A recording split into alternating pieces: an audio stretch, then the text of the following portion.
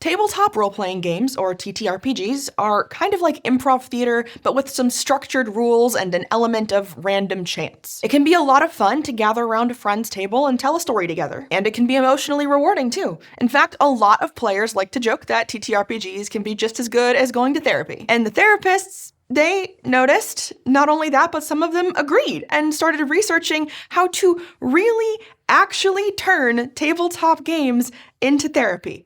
For real. Here's how. If you've heard of any TTRPG, it's probably Dungeons & Dragons, or D&D for short, with its elves and dwarves and goblins and dungeons and dragons. But there are actually a ton, from D&D's cousin Pathfinder to spooky investigation games like Monster of the Week or Call of Cthulhu, which is apparently not how Lovecraft pronounced it, which is what we learned while researching this video. It is objectively Cthulhu. I will fight anybody who tells me otherwise. Then there's the really niche stuff, like a game that asks what it would be like to be in an all-female Soviet night-flying bomber pilot squadron in World War II called the Night Witches, which is actually a thing that happened in history and is also a role-playing game. They run the gamut, but what most TTRPGs have in common is that they are social experiences where players are communicating and cooperating. In general, each player creates their own custom character, and there's some sort of narrative story you're all telling together. And each player actively takes part in shaping both their character's story and the larger narrative through role-playing. That is, thinking through whatever imaginary scenario is in front of them, whether it be an angry dragon or a spooky mansion, imagining what their character might think or feel, making decisions about what to do next, and then facing the imaginary consequences. Besides being fun, there are some scientific studies that suggest that engaging in this kind of play can be good for you. Some of it simply falls under the general benefits one gets from having a social hobby,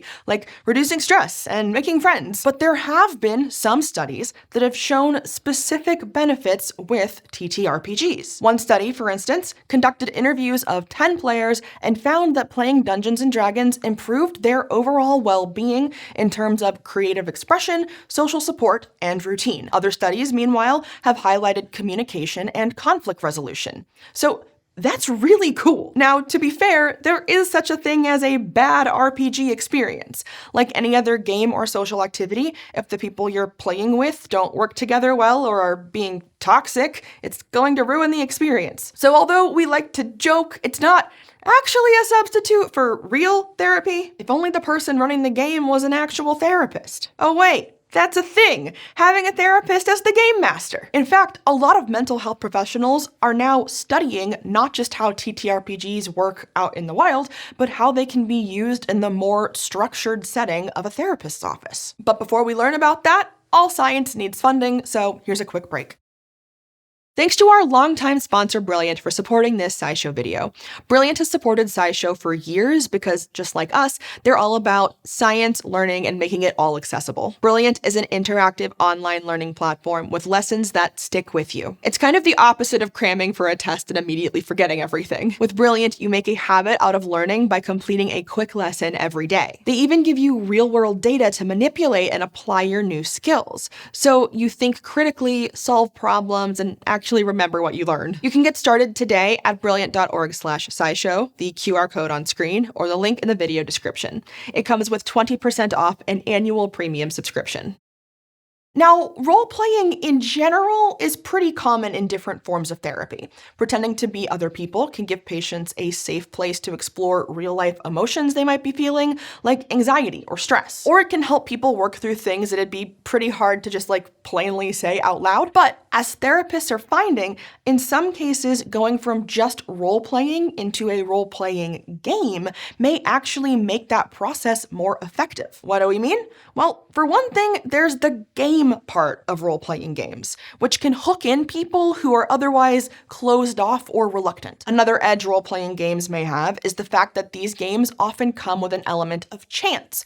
The story isn't completely up to either the player or the therapist. This can be good since it can help players work through unexpected disappointments. Sorry, that dice roll means you do not get the treasure, which was, let me check my notes, yes, a jar of endless mayonnaise. So Sorry. Also, the first step of many TTRPGs is to make a character, which can be a helpful way for a therapist to talk through how a person sees themselves, their perceived strengths and weaknesses. Like, if this character is based on you, are they charismatic, strong, what are their weaknesses, etc. Therapists have also used TTRPGs to help patients explore identities and narratives. For example, one study suggested people who were LGBTQ+, but who couldn't openly express that in real life, could use TTRPGs to explore those identities in a story, where they're able to be more open than they might in the real world. They cite a number of examples where people said this kind of role-playing helped them understand parts of themselves. But even more generally, we as humans like to try to fit how we think of our lives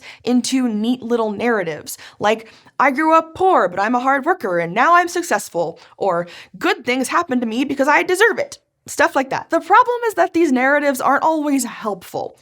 Good things happen to me because I deserve it is, for one thing, not necessarily correct, and it can easily mutate into bad things happen to me because I deserve it, which, if that's the story you tell yourself about yourself, can be a road to a bad place mentally. But role-playing games can allow players to explore and reflect on these narratives.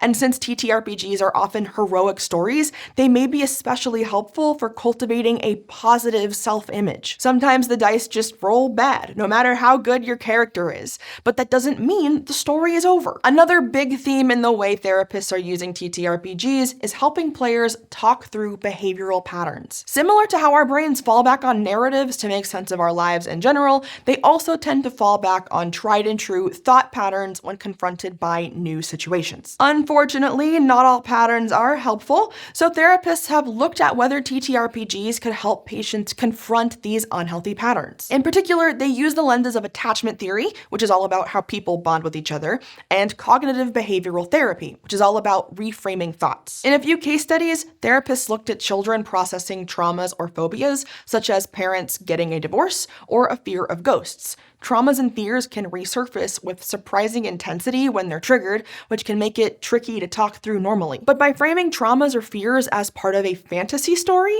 it can offer the patient a way to distance themselves a little bit and get the space to experiment with different emotional reactions to the triggering. In these cases, the games can help with emotional resilience and regulation, regaining a sense of agency or trust, and learning to recognize unhelpful thought patterns. The last big theme we wanted to highlight is that role-playing games could be used by therapists to give patients a kind of safe practice space for real-life skills.